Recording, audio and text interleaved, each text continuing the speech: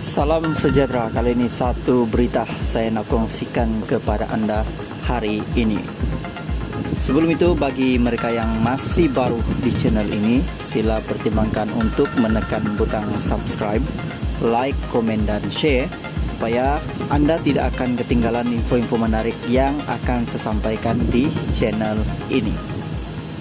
Ebit Liu bantu ibu tunggal bertatu di Jakarta, Indonesia.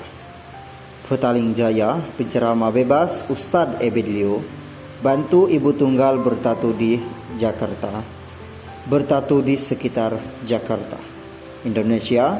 Berikutan, wanita berkenaan terpaksa menyara anaknya yang berusia 4 tahun seorang diri.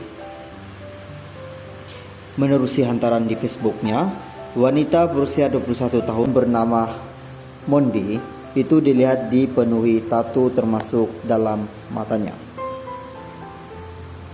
Ebit berkata, Mondi terpaksa keluar dari rumah sewanya kerana sudah tidak mampu menanggung bayarannya dan kini hanya tidur di jalanan.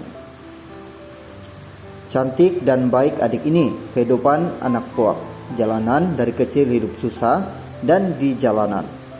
Masa kami mula sampai, Mondi asik menangis terharu. Dia baru keluar dari rumah, sewa tak mampu bayar, tidur di jalanan, ujurnya.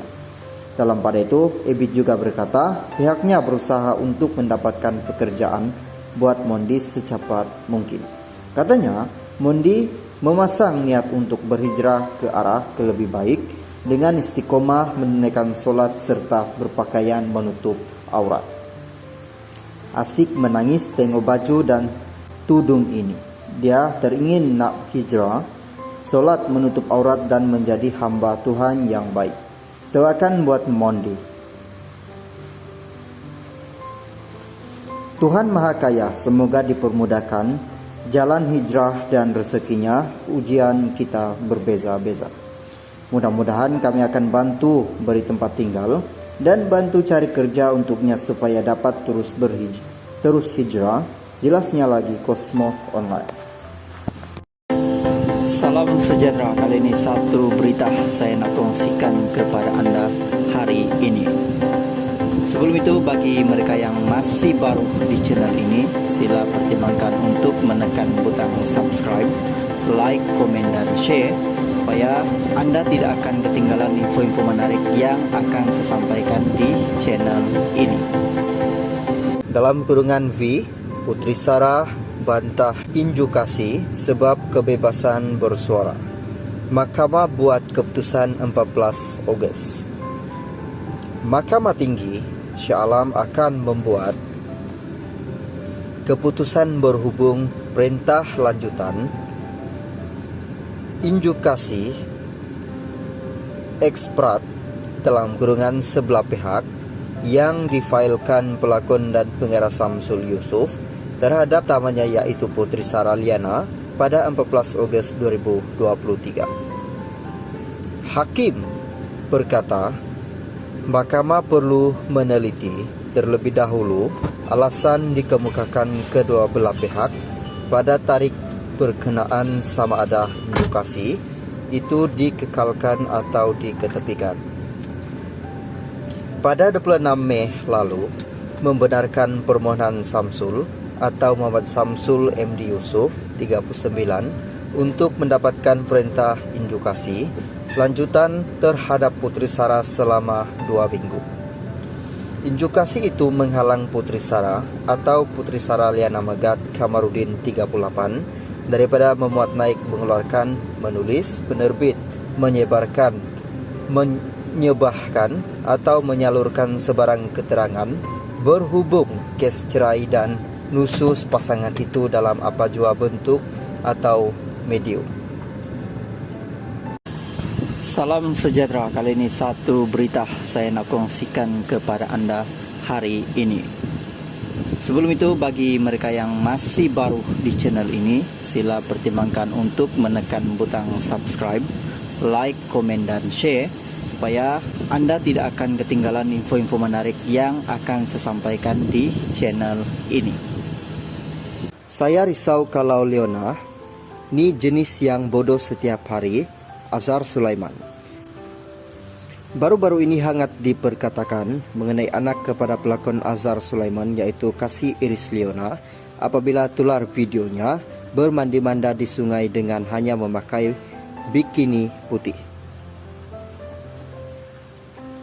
Susulan kontroversi terpelit Leona itu, sudah pasti bapaknya menerima tempias, kecaman sehingga ada yang mengkritik pelakon itu. Terbaru, pelakon itu dilihat ada memuat teks status di Facebook yang menjadi perhatian ramai, di mana Azhar meluahkan rasa bimbang mengenai anaknya itu. Azhar memberitahu bahwa setiap orang ada hari bodohnya, namun dia bimbang jika anaknya itu sejenis bodoh kerana tak henti menimbulkan kontroversi. Dalam pada itu, Azhar juga turut bimbang jika anaknya itu mahu jadi seperti usahawan sensasi Datuk Alif Syukri yang tidak pernah henti mencetuskan kontroversi. Perkongsian Azhar itu mendapat berbagai reaksi daripada netizen yang memahami pelakon itu membuat luahan sebagai bapa serta meminta supaya terus berdoa untuk Leona. Salam sejahtera, kali ini satu berita saya nak kongsikan kepada anda hari ini.